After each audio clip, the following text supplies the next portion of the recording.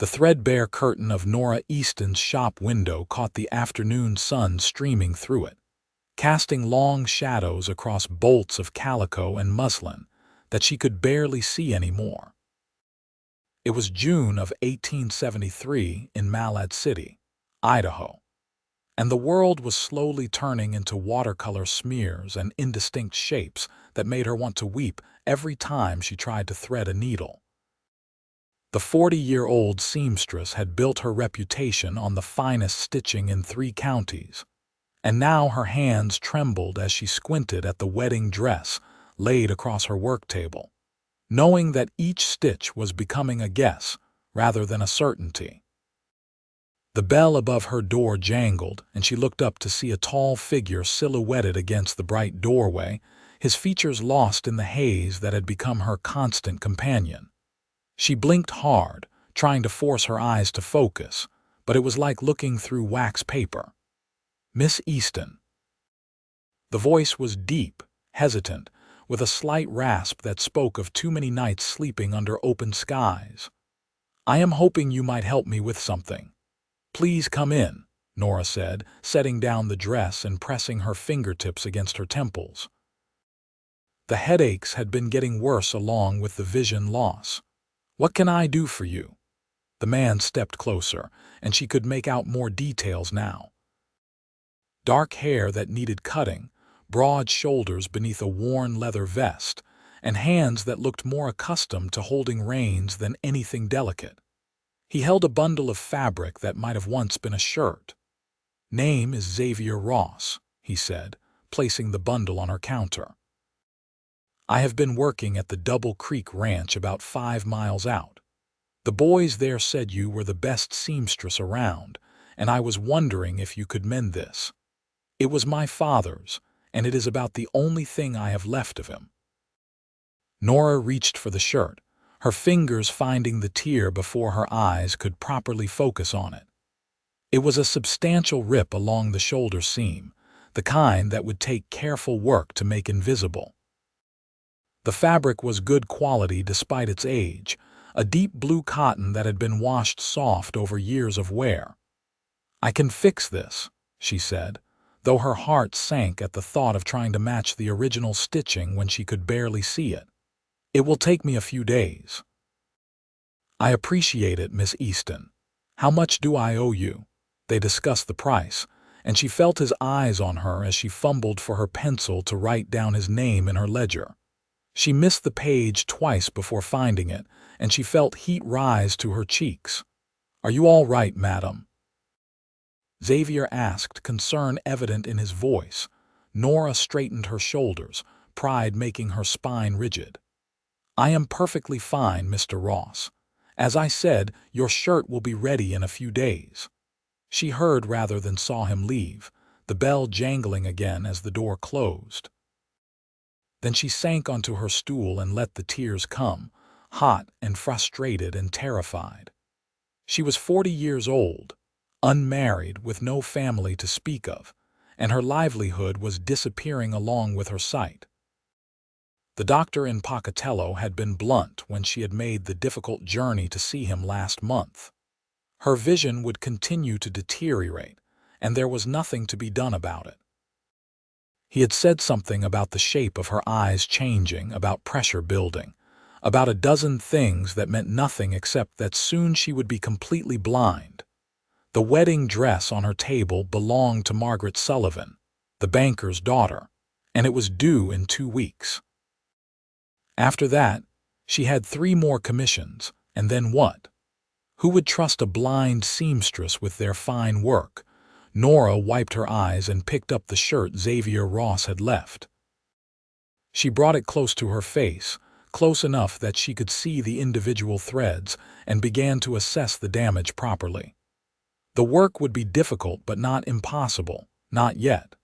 She had time, though she did not know how much.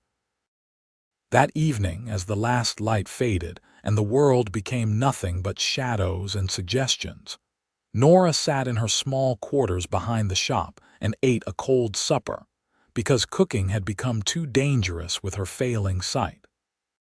She had set her skirt on fire twice last month, and the fear of burning down the only home she had kept her from using the stove more than absolutely necessary. She thought about Xavier Ross and his father's shirt. There had been something in his voice when he spoke about it being all he had left. She understood loss.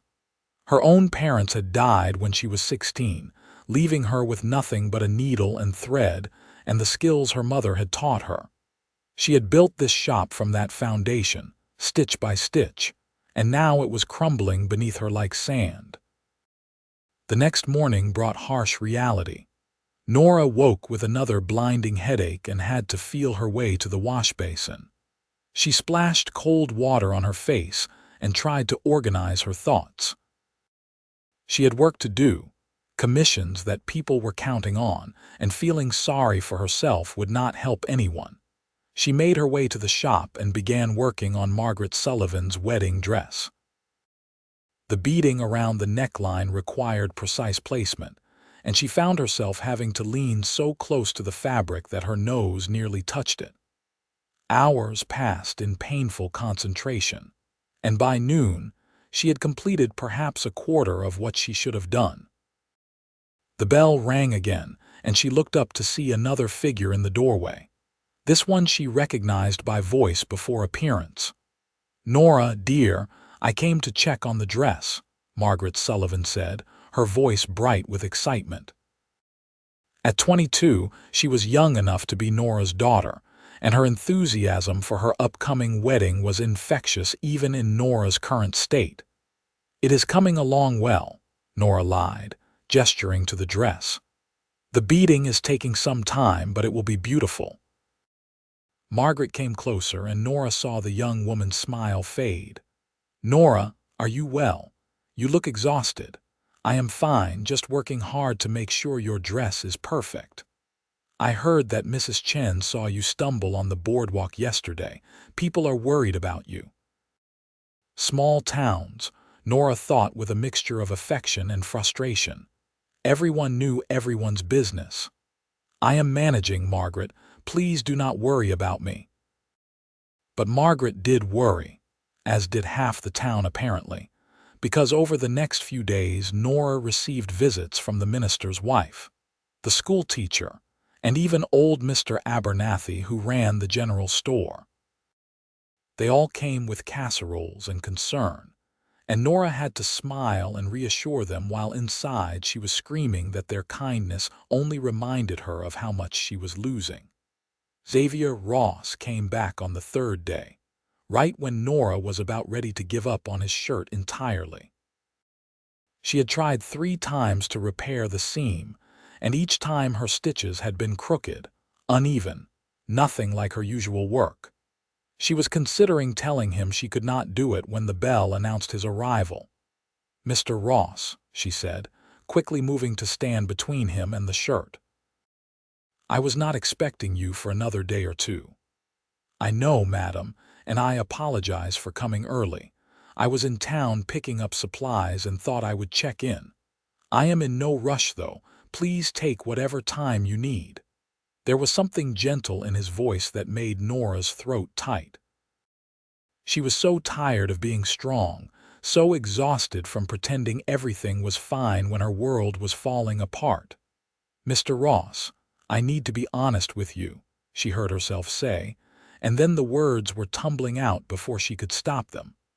"I am losing my sight. I have tried to repair your shirt, but I cannot do it to my usual standard. I cannot do justice to your father's memory, and I am sorry." The silence that followed felt endless. Nora waited for him to take the shirt and leave, to spread the word around town that Nora Easton was finished as a seamstress. Instead, she heard his boots cross the floor, coming closer. "How much can you see?" he asked quietly. "Everything is blurred."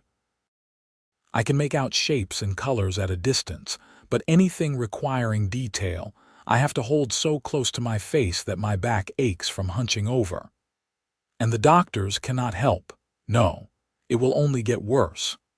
Another pause, and then Xavier said something she never expected. "Could you teach someone? If someone learned what you know, could they be your hands while you provided the skill? Nora almost laughed. Mr. Ross, sewing takes years to learn properly. I cannot just transfer my knowledge to someone in a few days.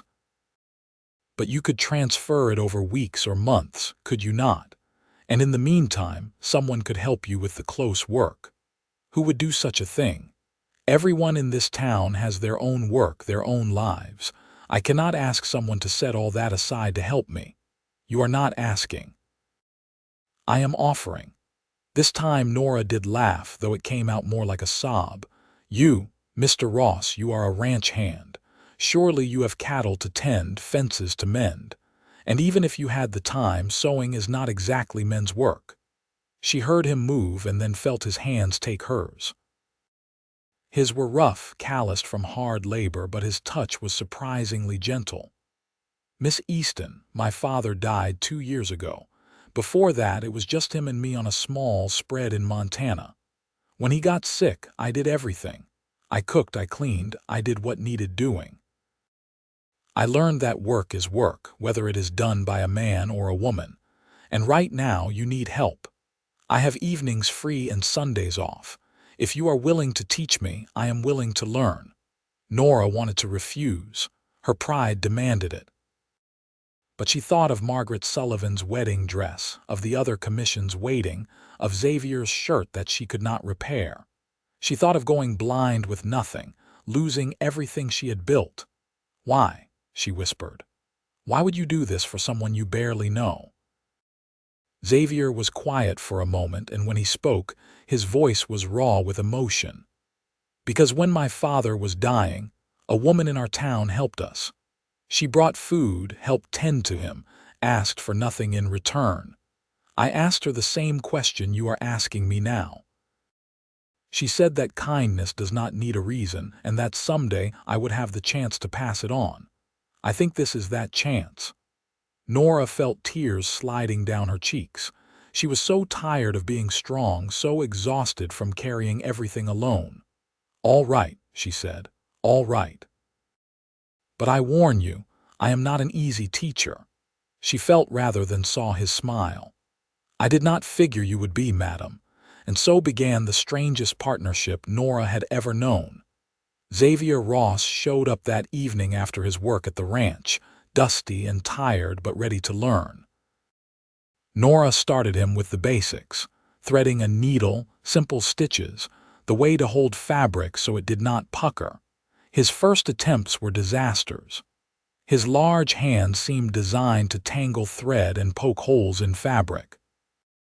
He cursed under his breath in frustration, and Nora found herself almost smiling. Sewing requires patience, Mr. Ross. You cannot rush it. I am seeing that, madam, and please call me Xavier. If I am going to be stabbing myself with needles for you, we might as well use first names. Then you must call me Nora. All right, Nora.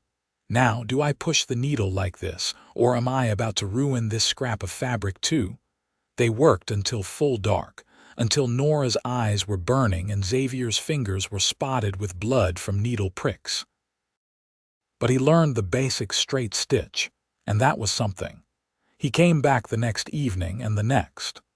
Word spread through Malad City that Xavier Ross was learning to sew from Nora Easton, and the reactions were mixed. Some folks thought it was sweet, a kind gesture to help a woman in need.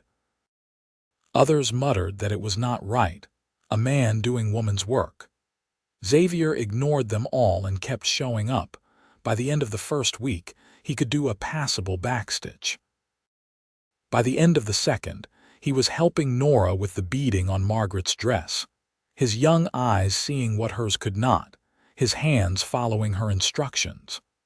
The work was slower than if Nora had done it herself with full vision, but it was getting done, and it was being done right. They talked as they worked. Nora learned that Xavier was 28 years old, that he had drifted south from Montana after his father died, looking for work and a fresh start. He had no siblings, no sweetheart, nothing tying him down anywhere. The Double Creek Ranch was just another stop, another place to earn wages before moving on. You ever want to settle somewhere?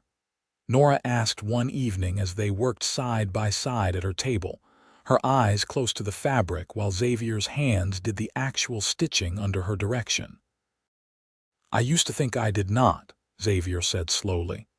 After my father died, I could not stand being in one place. Everything reminded me of him, of what I had lost. But lately, I have been thinking that maybe running is not the same as healing. What changed? He was quiet for a moment, and Nora wished she could see his face clearly. I think maybe I just got tired. Tired of new places that all look the same.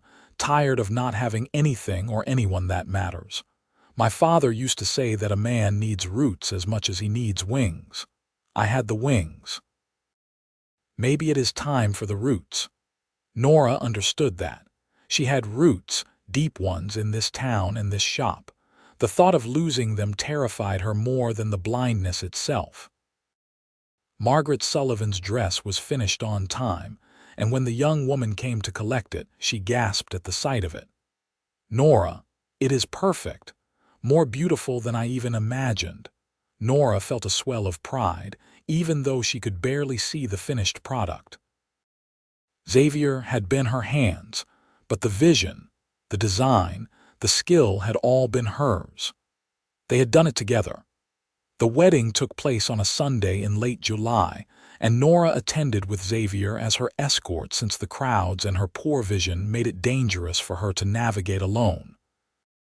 She felt him stiffen beside her when the whispers started, the townspeople noting that the seamstress and the cowboy who sewed were attending together. "Let them talk," Nora whispered to him. "I stopped caring what people thought of me years ago. Does it not bother you that they are gossiping? I am a 40-year-old unmarried seamstress going blind. They were already gossiping about me. At least now they have something interesting to talk about." She felt his quiet laugh, and then his hand found hers. The touch sent an unexpected warmth through her, and Nora realized with some surprise that she had become accustomed to his presence in her life. More than accustomed. She looked forward to his evening visits, to the sound of his voice, to the way he never made her feel helpless despite her failing eyes. As summer turned toward autumn, Xavier's skills improved dramatically. He could handle most basic repairs now, and was learning the more complex work of tailoring and dress construction. More importantly, he had become Nora's partner in every sense. When customers came in, he would describe fabrics and thread colors that Nora could no longer distinguish. When she needed to measure someone for a dress, his eyes would check the numbers she could no longer see on the tape, but it was more than just practical partnership. Nora found herself telling Xavier things she had told no one else. About her fear of ending up alone and blind with no one to help her. About her regrets that she had dedicated her life so completely to her work that she had never allowed room for anything else. About the loneliness that had been her companion for so many years. Xavier listened without judgment and in turn shared his own stories. About watching his father waste away, helpless to stop it. About the guilt he felt for feeling relieved when it was finally over.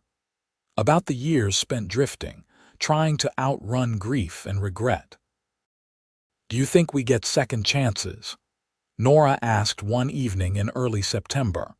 They were working on a suit for the mayor, and her hands were cramping from the close work she still insisted on doing herself when she could. "What do you mean?" "I mean, do you think life gives us opportunities to correct our mistakes, to choose differently?" Xavier set down his needle and thread. "I think that is what we are doing right now. You needed help and chose to accept it instead of letting pride stop you. I needed purpose and chose to stay instead of running. Maybe that is what second chances are, not some dramatic moment, but just choosing different when the opportunity comes." Nora turned to him, wishing desperately that she could see his face clearly. She could make out his features in the lamplight, the strong jaw, the dark eyes, but the details escaped her. She wanted to see him, truly see him, because somewhere along the way she had fallen in love with this gentle cowboy who learned to sew. The realization should have shocked her, but it did not. It felt as natural as breathing, as inevitable as the sunset. She loved Xavier Ross. She loved his patience, his kindness, the way he never made her feel less than capable even when she needed help. She loved the sound of his laugh and the gentleness of his hands, and the way he had become the best part of her days. But what could she offer him? She was 12 years older, going blind, with nothing but a failing business and a small shop. He was young enough to want a real future, children, all the things she could not give him. The thought of burdening him with her failing sight, of trapping him in a life spent caring for a blind woman, was unbearable. "Nora," Xavier's voice broke through her thoughts. "Where did you go just then?" "I was just thinking," she said, forcing brightness into her voice, "about how lucky I am to have found such a dedicated student." He was quiet for a moment, and she sensed there was something he wanted to say, but he only picked up his needle again and returned to his stitching. October arrived with the first real cold, and with it came a crisis. Nora woke one morning to find that her vision had worsened dramatically overnight. What little sight she had retained was now almost completely gone.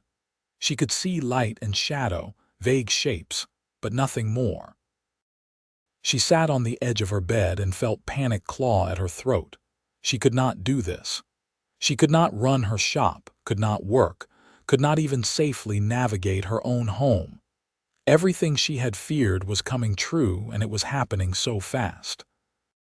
Somehow she made it to the shop, feeling her way along familiar walls. She heard the bell ring and felt her heart sink. A customer, and she could not even see them well enough to greet them properly. "Miss Easton." It was a woman's voice, unfamiliar. "I am new to town and was hoping to commission a dress for the winter social." Nora stood frozen, not knowing what to say. How could she take a commission when she could not even see the woman standing in front of her? "I would be happy to help you," said another voice, and Nora nearly sobbed with relief. "Xavier must have come in through the back. Let me get Miss Easton's measuring tape, and we will get you sorted out." He moved around the shop with the ease of long familiarity, and Nora listened as he discussed fabric choices and styles with the customer.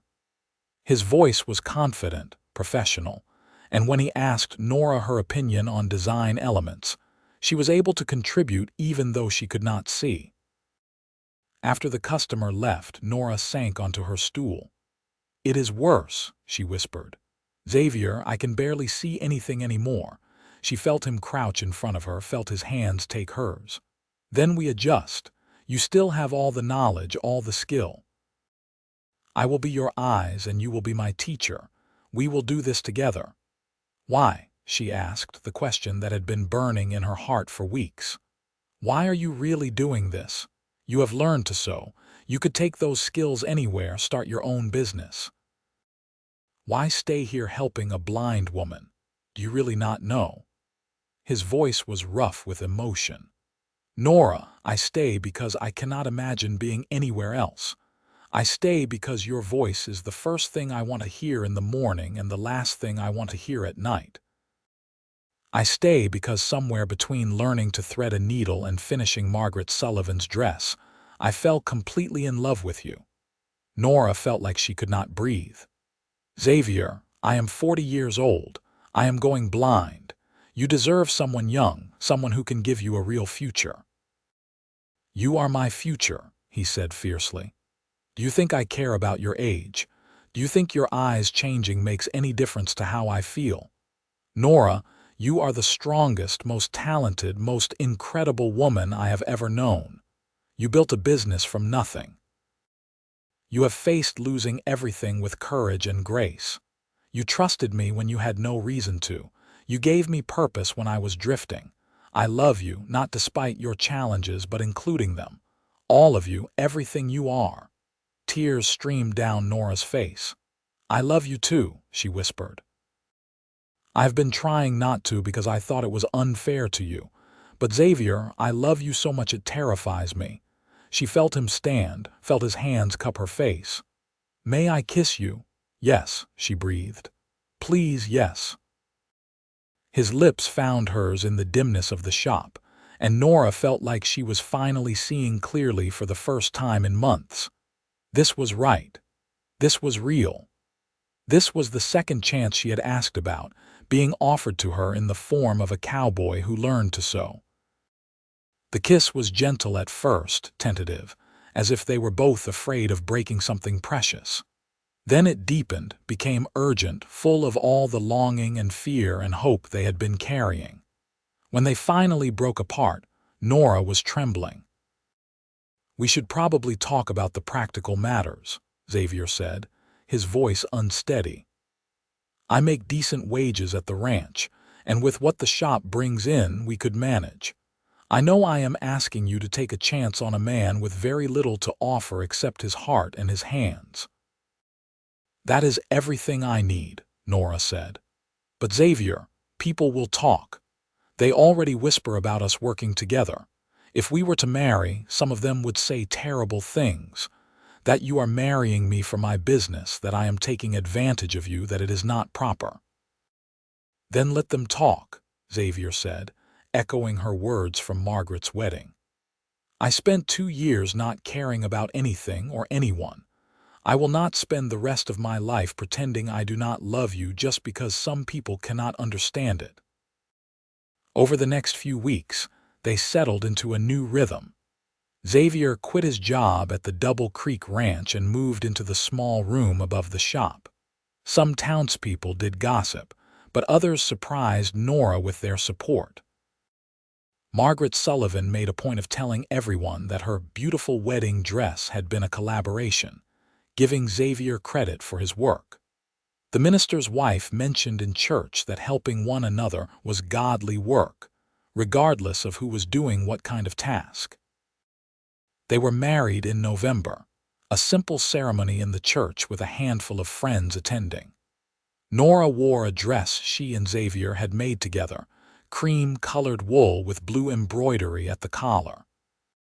She could not see herself in it, but Xavier described it to her in loving detail, and she felt beautiful. Their wedding night was tender and sweet, full of gentle discoveries and whispered promises. Xavier was patient with Nora's nervousness, and she was amazed by the joy of physical intimacy with someone she loved so completely. In the darkness, her blindness did not matter. She could learn him by touch, by taste, by the sound of his breathing. Winter settled over Malad City, and the shop stayed busy. Xavier handled the close work now while Nora designed and planned and advised. They made a good team, and the quality of their work remained high. Word spread to other towns that the seamstress and her husband were taking commissions, and business actually increased. They moved Nora's work table closer to the window to catch the best light for Xavier, and rearranged the shop so Nora could navigate it safely by memory. Xavier described everything to her in vivid detail: the colors of new fabric shipments, the faces of customers, the way snow was falling outside the window. "Tell me what you look like today," Nora asked him one morning in December as they sat together over breakfast. Xavier laughed. "You have felt my face 100 times. You know what I look like. But I want to hear you describe it, please." "All right, let me see. I need a haircut, that is the first thing.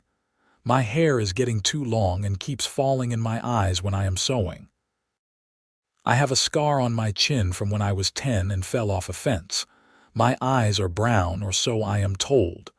My nose is a bit crooked from being broken when a horse kicked me. I am no prize, Nora." She reached across the table and found his hand. "You are to me. You are everything to me." Christmas came, and they exchanged modest gifts. Nora gave Xavier a shirt she had supervised him in making, every stitch done to perfection. He gave her a music box that played a tinkling waltz, something beautiful she could enjoy without needing to see it. I thought you could use something that did not require eyes, he said softly. Something just for you. Nora held the music box and cried, overwhelmed by his thoughtfulness. They danced in the small space of their quarters, Xavier guiding her carefully, the music box playing its simple song. As winter deepened, they developed new routines and rituals. Each morning, Xavier would describe the day to Nora, what the weather looked like, who was out on the streets. Each evening, she would teach him something new about sewing, sharing tricks her mother had taught her, techniques she had developed over decades of work. They talked about the future, about what would happen when Nora's sight was completely gone. Xavier had been saving money, and they discussed perhaps hiring an assistant, someone young they could train to help with the increasing workload. What if we took on an apprentice? Nora suggested one evening in January. Someone who wanted to learn the trade properly. We could teach them together. That is a good idea. Do you have anyone in mind? Actually, I do. Sarah Miller, the blacksmith's daughter. She is 19 and clever with her hands. Her father wants her to marry, but she has told me she wants to learn a trade first. She stopped by last week asking if I would consider teaching her. Then let us talk to her. The shop is getting busy enough that we could use the help. Sarah Miller started working with them in February, and she proved to be everything Nora had hoped. Quick to learn, patient with the tedious work, and respectful of both her teachers. With Sarah taking on some of the basic repairs and simple construction, Xavier could focus on the more complex pieces that required Nora's direct supervision. The shop thrived. Nora's reputation, built over 2 decades, combined with Xavier's dedicated craftsmanship and Sarah's eager assistance, created a business that served not just Malad City but several surrounding communities. They took on everything from basic mending to elaborate wedding dresses, and every piece was made with care and skill. In March, Nora realized she was pregnant. At 41, she had long since given up on the idea of children, and the discovery left her reeling with joy and terror in equal measure. She told Xavier one evening after they had closed the shop, her hands shaking as she took his. "I am with child," she said simply. "The doctor confirmed it today." Xavier was silent for so long that Nora began to worry. Then she heard a sound she had never heard from him before. He was crying great gasping sobs of joy. "Nora," he managed. "Nora, are you certain?" "Yes. The doctor said I am about 3 months along. The baby should come in early autumn." He pulled her into his arms, holding her so tightly she could barely breathe. "I never thought I would have this. A wife I love, a child. I never let myself even hope for it." They held each other in the gathering darkness, and Nora felt a completeness she had never known. This was what she had been missing all those years, this connection, this love, this sense of building something bigger than herself. The pregnancy was not easy. Nora's age and her blindness made everything more challenging. She tired easily and had to reduce her hours in the shop. Xavier hovered over her constantly, worried about her navigating the stairs, insisting she rest more than she wanted to. "I am pregnant, not helpless," she told him one day when his concern became too much. "I know that. But you are also 41 and blind and carrying my child. Let me worry about you, please." She heard the fear in his voice and relented. He had already lost so much in his life. She could allow him his protectiveness. As spring turned to summer, Nora's body changed in ways she could not see but could certainly feel. She and Xavier would lie in bed at night, his hand on her growing belly, feeling the baby move. "What do you hope for?" she asked him one night. "A boy or a girl, healthy," Xavier said immediately. "That is all I care about, but if I am being honest, part of me hopes for a son. I could teach him to rope and ride, to be strong and kind like his mother." "Like both his parents," Nora corrected. "You are the kindest person I know, Xavier Ross." They discussed names endlessly. For a boy, they considered Thomas after Xavier's father. For a girl, they thought about Marie after Nora's mother, but nothing felt quite right yet. Sarah proved invaluable during these months, taking on more and more of the shop work as Nora's pregnancy progressed. She was curious about everything, asked endless questions, and had a natural eye for design that impressed Nora. "You have real talent," Nora told her one day. "When your apprenticeship is done, you could open your own shop if you wanted." "Maybe," Sarah said thoughtfully, "but I like it here. I like working with you and Mr. Ross. It feels like family." Nora understood that. The shop had become more than just a business. It was a gathering place, a community hub where people came not just for clothes but for conversation and connection. In August, when Nora was huge and uncomfortable and desperate for the pregnancy to be over, a letter arrived that changed everything. It was from a lawyer in Helena, Montana, and Xavier read it aloud with growing astonishment. "It is about my father's land," he said. "Apparently he owned more than I thought. There is a will and he left everything to me. The land, some money he had saved, everything. Nora, we have options now." Real options. They talked late into the night about what this meant. They could keep the shop, hire more help, perhaps expand. Or they could sell and move to Montana, start fresh on land that was already theirs. Or they could find some middle path, using the money to secure their future while staying in the community they had built. "What do you want?" Nora asked. "I want whatever makes you happy, whatever feels right for our family." In the end, they decided to stay in Malad City. This was their home. These were their people, and the thought of starting over somewhere new when Nora was blind and about to have a baby was too daunting. But they would use the money wisely, to ensure security for their growing family and to expand the shop. The baby came on a hot September afternoon. Nora's labor was long and difficult, and there were moments when Xavier, pacing outside the bedroom while the doctor and midwife worked, genuinely feared he would lose her.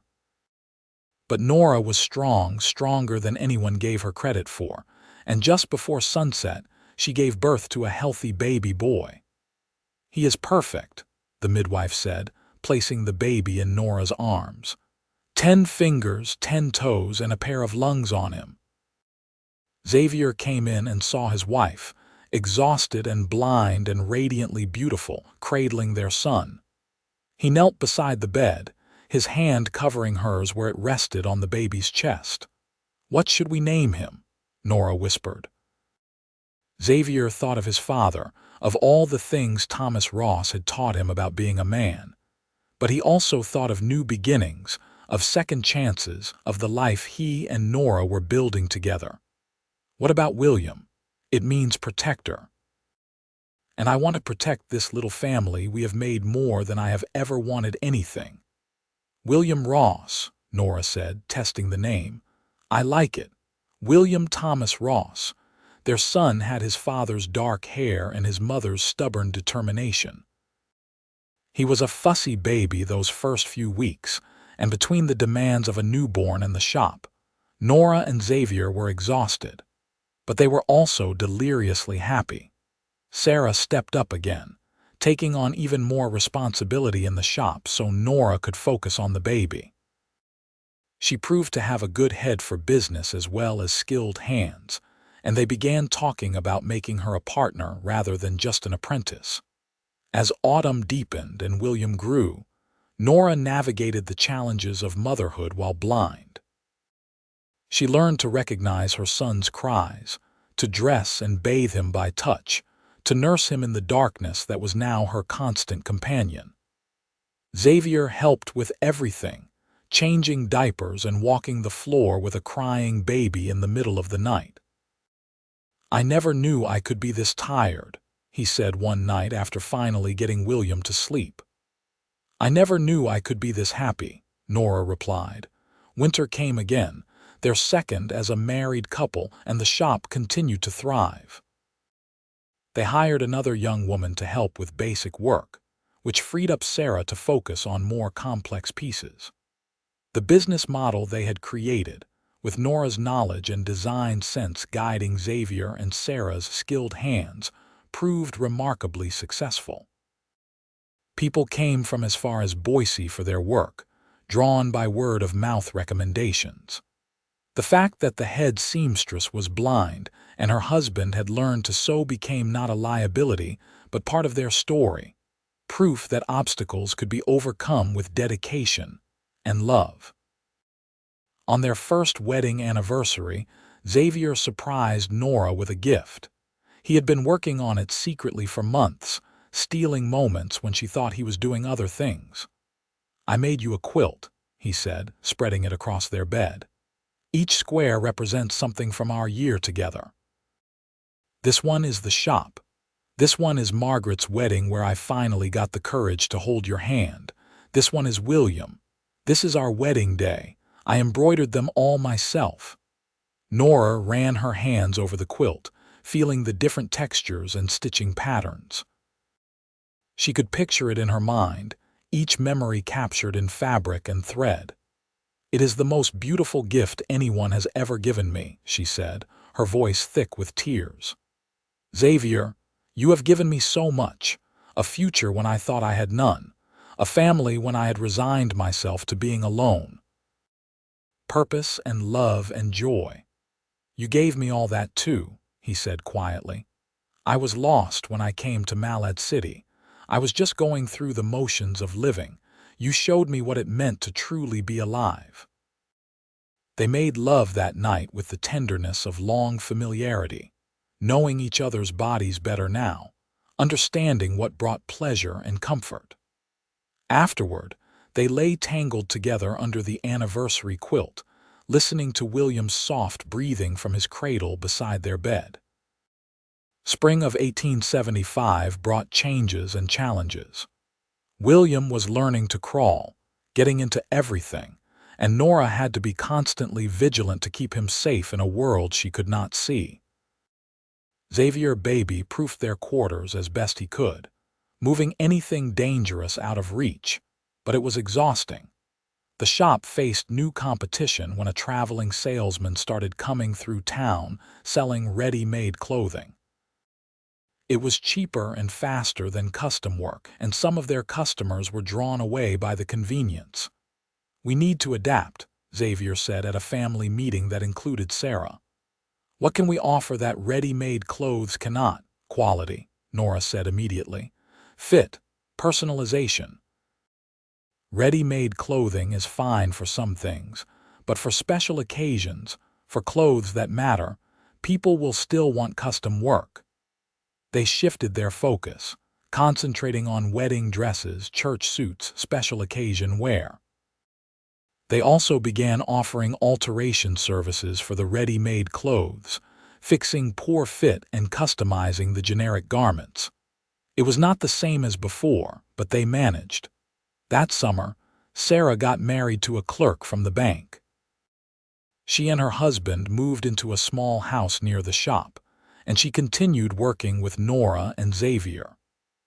Her wedding dress, made by the three of them together, was the finest thing they had ever created, a masterpiece of white silk and lace that had the whole town talking. "You have learned everything I can teach you," Nora told Sarah the day before her wedding. "You are not my apprentice anymore. You are my partner and my friend." Sarah hugged her tightly. "I would not be here without you, either of you. You gave me a chance when my father wanted me to just marry and have babies. You let me be something more."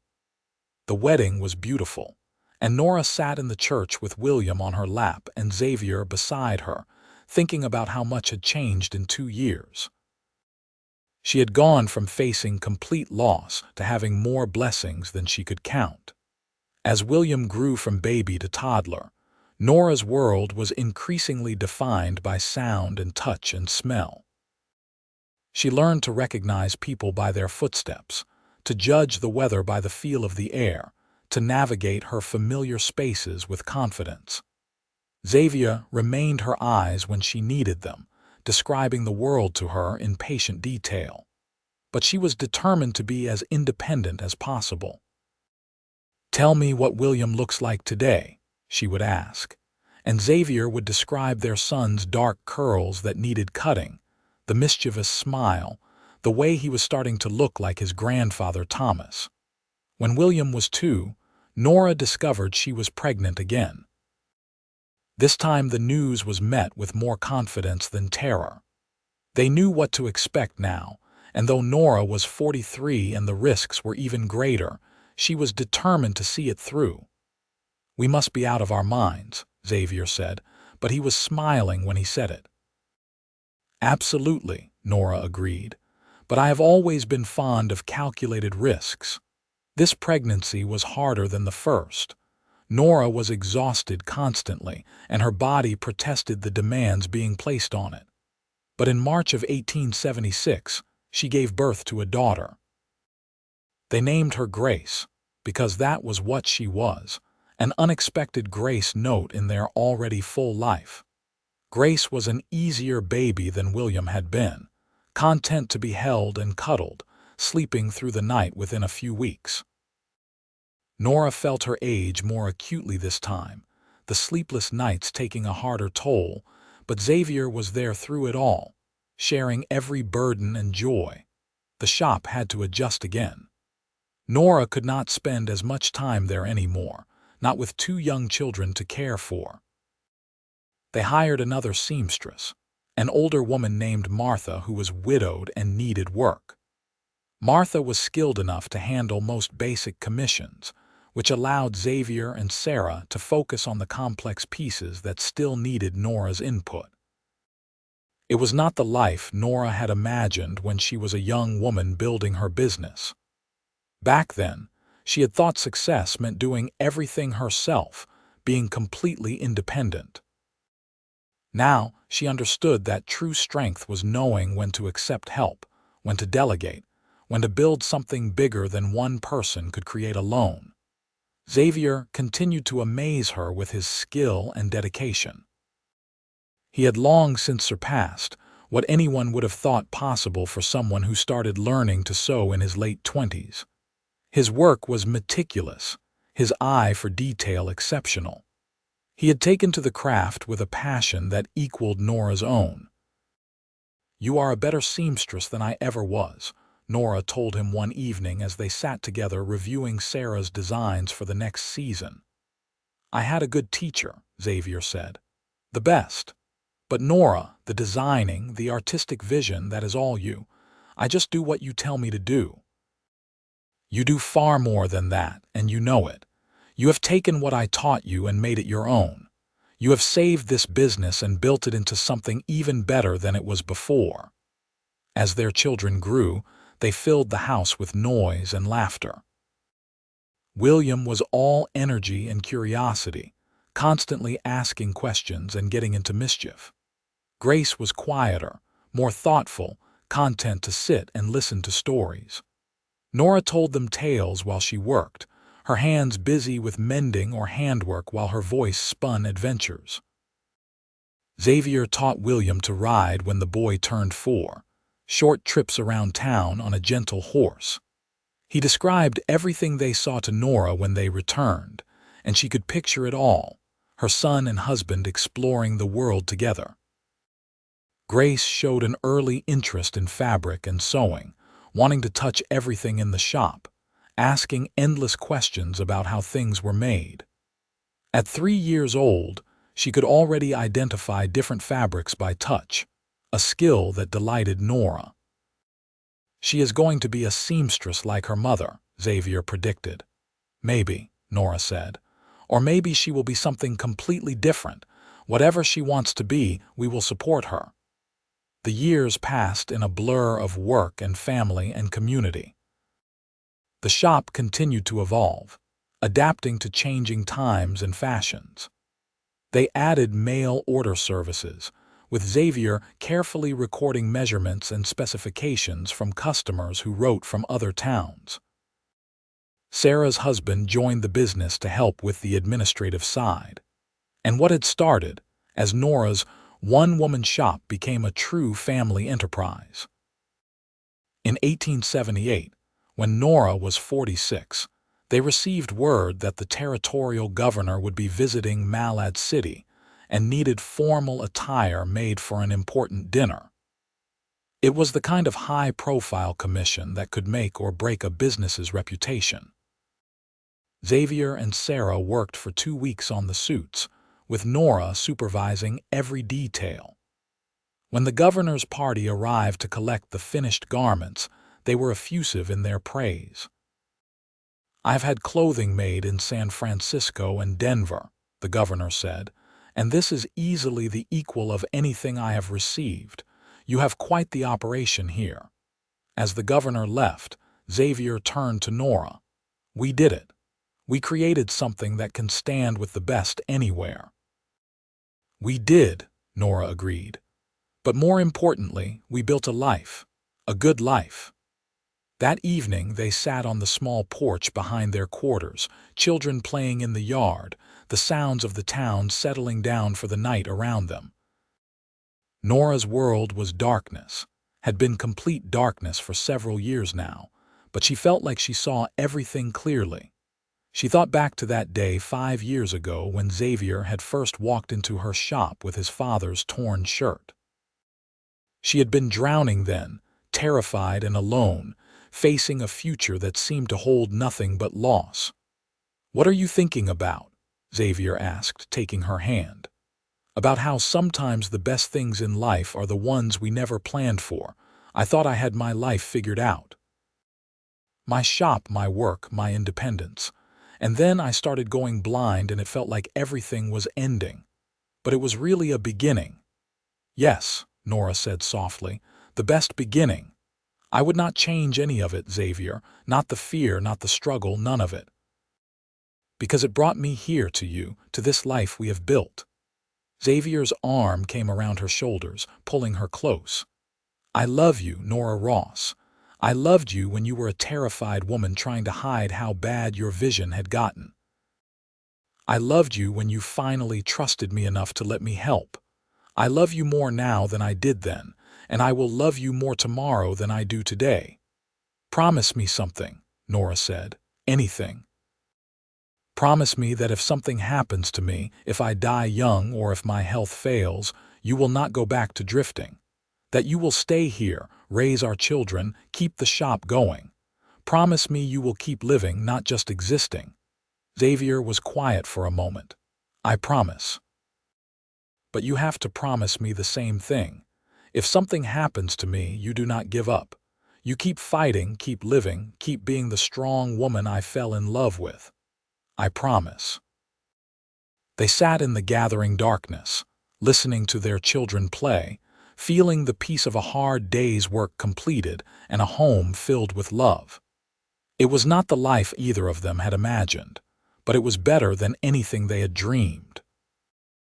The years continued to flow by, each one bringing its own challenges and triumphs.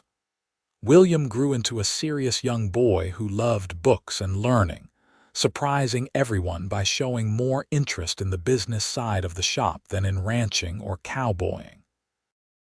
Grace remained passionate about sewing, begging to be allowed to help with simple projects from the time she could hold a needle. In 1880, when Nora was 48 and Xavier was 35, they celebrated their 7th wedding anniversary. The shop had expanded again, taking over the building next door. They now employed 6 people regularly, with more coming in during busy seasons. "You remember what you said to me that first day?" Nora asked Xavier as they lay in bed that night. "When I said sewing was not men's work. I said work is work, whether it is done by a man or a woman. You changed my life that day. You changed this whole town's idea of what was possible." Xavier laughed quietly. "I think we changed each other. You taught me that putting down roots does not mean stopping growing. That home is not a place you are trapped, but a place you are anchored." They made love slowly, tenderly, knowing each other's bodies as well as they knew their own now. Afterward, Xavier traced patterns on Nora's skin with his fingertips. "I have been thinking," he said, "about the money from my father's land. We have barely touched it, just used it for security. But William will be heading off to school in a few years, and Grace will want her own education. Maybe we should invest in their futures." "You want to send them to university?" Nora asked, surprised. Higher education was rare, especially for women. "If they want to go. I never had the chance, and I do not want them limited by what their parents did not have. William talks about wanting to study business and law. And Grace, she could study design, really learn the artistic side of fashion. That would cost a fortune. We have it, and what better use could there be than investing in our children?" They talked long into the night about possibilities and dreams. The conversation was emblematic of how far they had come. They were not just surviving anymore. They were thriving, planning, building a future that extended beyond themselves. As the children grew older, they became more involved in the shop. William, at 8, was already helping keep the books and managing inventory. Grace, at 6, could execute basic stitches and was learning pattern making. They were growing up surrounded by the creative energy and collaborative spirit that defined their parents' business. "Your mother could not see you walking into the shop today," Xavier told Grace one afternoon. "But I am going to describe it to her, and I want you to know how proud she would have been. You were so focused, so careful with your stitches. You did not get frustrated even when you had to redo the seam 3 times. Grace beamed at the praise, and Xavier winked at Nora, knowing she was listening from her work table where she was pinning together a complicated bodice patterned by touch. The town of Malad City had grown and prospered along with the shop. The railroad had come through, bringing new people and new opportunities. The wild frontier feeling of the early 70s had given way to something more settled, more civilized. It was a different world than the one Nora had known when she first lost her sight, and in many ways it was better. In 1882, tragedy struck when Sarah's husband died suddenly of a fever. Sarah was devastated, left alone with 2 small children and uncertain about her future. Without hesitation, Nora and Xavier invited her to move into the expanded living quarters above the shop, making her truly part of the family. "You gave me a chance when I needed it," Xavier told her. "Now we give you and your children security when you need it. That is what family does." Sarah's presence enriched their household. Her children and Nora and Xavier's children grew up as close as siblings, running through the shop and the quarters above it, their laughter and arguments filling the spaces with life. As Nora approached 50, she sometimes marveled at the fullness of her life. She had been so certain, back when her vision first started failing, that everything was ending. She had believed that blindness meant the end of productivity, the end of purpose, the end of any chance at happiness. How wrong she had been. Blindness had not ended anything.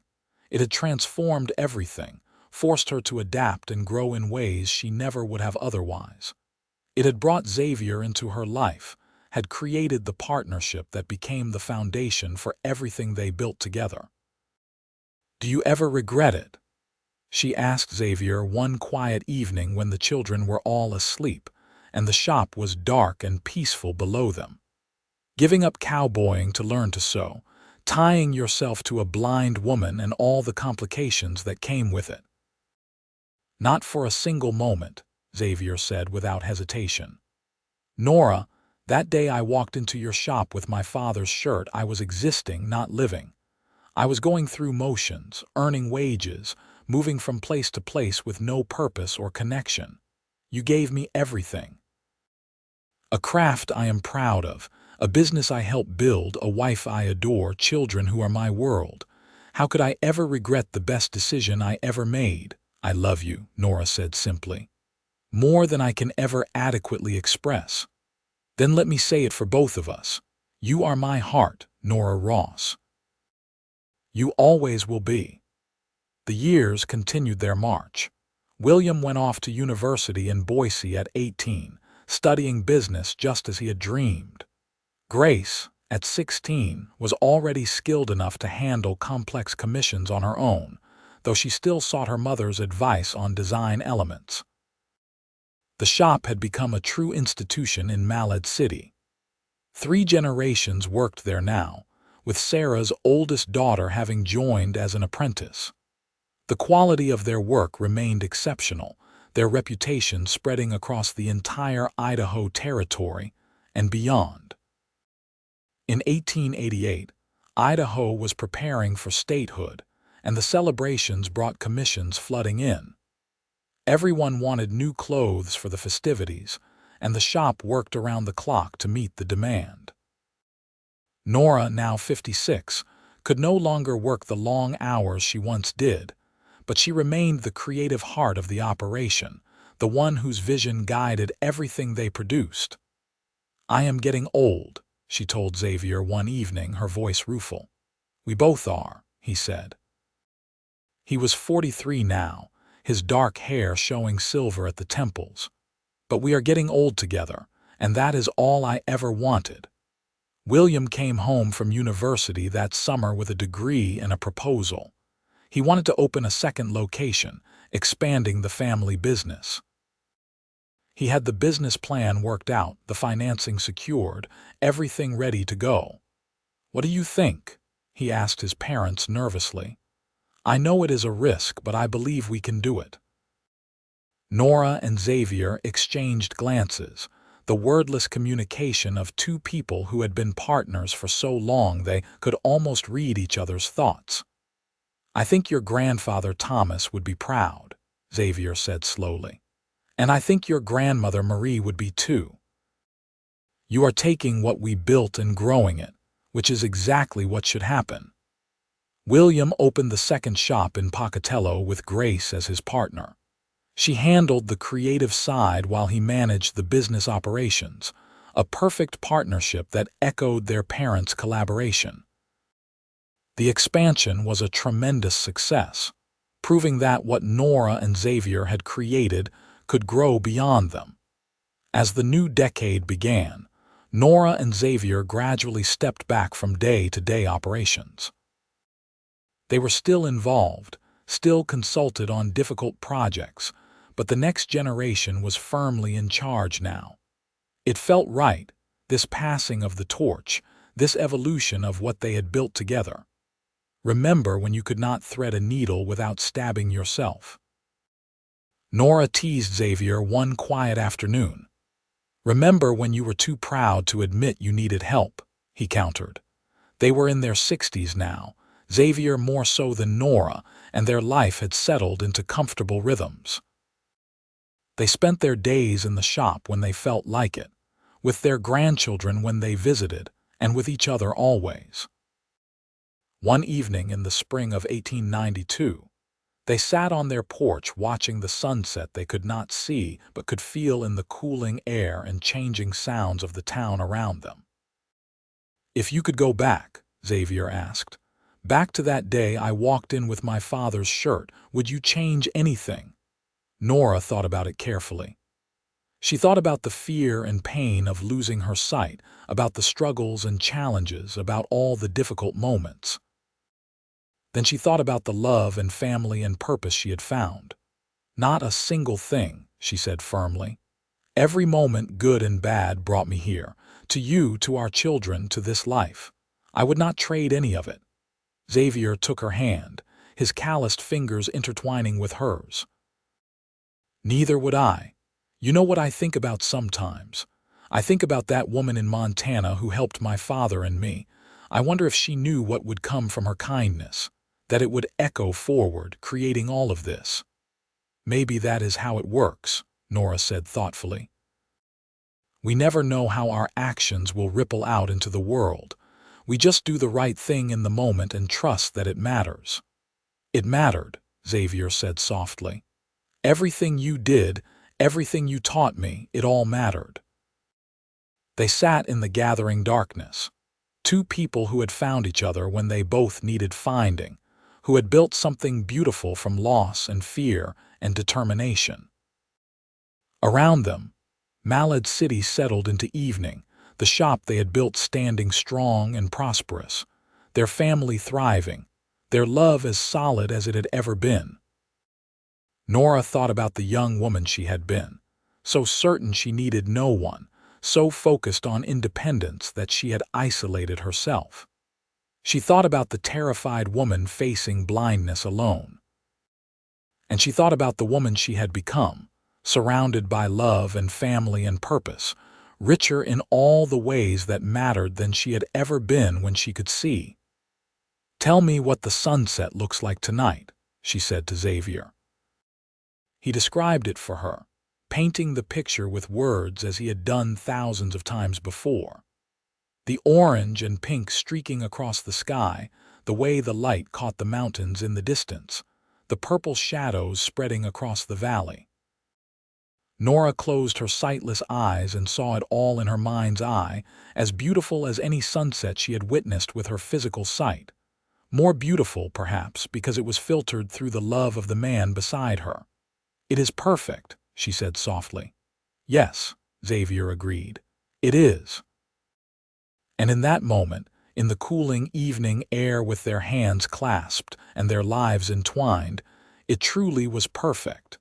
They had faced loss and found love. They had encountered obstacles and created opportunities. They had built something lasting and true from the most unlikely of beginnings. The seamstress had been losing her sight, and the cowboy had learned to sew to help her. But what they had really done was learn to see with new eyes, to find beauty and purpose and connection in unexpected places. They had learned that endings were also beginnings, that weakness could become strength, and that sometimes the best things in life came from the moments we thought would break us. As the years continued to pass, their story became legend in Malad City. People spoke of Nora and Xavier Ross with admiration and affection, pointing them out to newcomers as examples of dedication and love. The shop that bore their name stood as a testament to what could be built when two people worked together, each compensating for the other's weaknesses and amplifying their strengths. William married and had children of his own, bringing a third generation into the world. Grace followed suit a few years later, her wedding dress a collaboration between 3 generations of seamstresses. The family continued to grow and thrive, each member adding their own talents and passions to the enterprise. Nora and Xavier lived to see their grandchildren grown, their great-grandchildren born. They lived to see Idaho achieve statehood, to see the town of Malad City grow from a frontier settlement into a proper community. They lived to see the shop expand to 4 locations across southern Idaho, employing dozens of people and serving thousands of customers. But more than any of that, they lived to see the fruit of their love, the family they had created together, the legacy of partnership and perseverance they were leaving behind. They had shown that obstacles were not endings but invitations to innovate, that differences could be strengths, and that love could flourish in the most unexpected circumstances. In their final years, when both were slowed by age and time, they would still sit together in the shop on quiet afternoons. Xavier's hands were too stiff with arthritis to do fine stitching anymore, and Nora's body protested long hours upright, but they found joy in simply being there together, surrounded by the tools of their trade and the echoes of all they had built. "We did all right, did we not?" Xavier said one such afternoon, his voice raspier now but still warm with love. "We did better than all right," Nora replied. "We did something rare and beautiful. We built a life together from nothing but determination and love. We created something that will last long after we are gone. No regrets, only that I will not have even more time with you. Everything else I would do again exactly the same." Xavier leaned over and kissed her forehead gently. "I love you, Nora Ross. From that first day until my last breath, I will always love you. And I love you, my dear cowboy who learned to sew. You saved me in every way a person can be saved." They sat together as the afternoon sun streamed through the shop windows, warming them both. Outside, the sounds of their family working filled the air with purpose and life. Inside, two people who had found each other against all odds held hands and counted their blessings. Their story was not one of dramatic rescues or grand gestures, though it had both. It was a story of daily choices, of showing up for each other, of finding ways to overcome obstacles together. It was a story of seeing possibilities where others saw only limitations, of building bridges instead of walls, of loving deeply and truly despite all the reasons it might have seemed impossible. The seamstress had been losing her sight, but she had found so much more than she had lost. The cowboy had learned to sew, but he had learned even more about love, commitment, and the power of partnership. Together, they had created something that transcended the sum of its parts, a love story for the ages set against the backdrop of the Wild West. And when their time finally came, as it comes to everyone, they left behind not just a successful business or a large family, but a legacy of love that would inspire generations to come. They had shown that it was never too late for a second chance, that love could bloom at any age, and that the willingness to help another person could change everything. In Malad City, Idaho, people still tell their story. They point out the original shop building, now a historical landmark. They speak of Nora Easton, who refused to let blindness defeat her, and Xavier Ross, who learned to sew so he could be her hands. They tell it as a love story, which it was, but also as a story of courage and adaptation, and the amazing things that become possible when two people truly work together. And every time a young seamstress threads a needle in one of the shops that bear the Ross name, every time someone puts on a garment made with care and skill, every time a couple faces obstacles and chooses to face them together, the legacy of Nora and Xavier continues. They had started with nothing but a torn shirt and failing vision. They had ended with everything that mattered: love, family, purpose, and a partnership that lasted a lifetime. They had shown that true sight has nothing to do with eyes and everything to do with heart, and that sometimes the people who help us find our way are the ones who end up walking beside us for the rest of our lives. In the end, that was their story. Not a tale of tragedy overcome, though there was that. Not just a romance, though the love was deep and true. But a story about two people who found each other exactly when they needed to be found, who built something beautiful together, and who proved that with love, determination, and the willingness to adapt, there was no obstacle too great to overcome. The seamstress had been losing her sight. The cowboy had learned to sew to help her. And together, they had found something neither knew they were looking for. A love that would last through all the days of their lives, a partnership that would change not just themselves but everyone around them, and a legacy that would endure long after they were gone. It was a good life, a full life, a life well lived together. And in the twilight of their years, as they sat hand in hand in the shop they had built together, Nora and Xavier knew that they had been blessed beyond measure. They had taken the worst moment of their lives and turned it into the best, had found joy in unexpected places, and had proven that love, real love, could conquer anything. That was their story, told and retold in the years to come. The seamstress and the cowboy, the blind woman and the man who learned to see for her, the partnership that became a love story that became a legend. In the wild west of Idaho Territory, in a small town called Malad City, two ordinary people had done something extraordinary.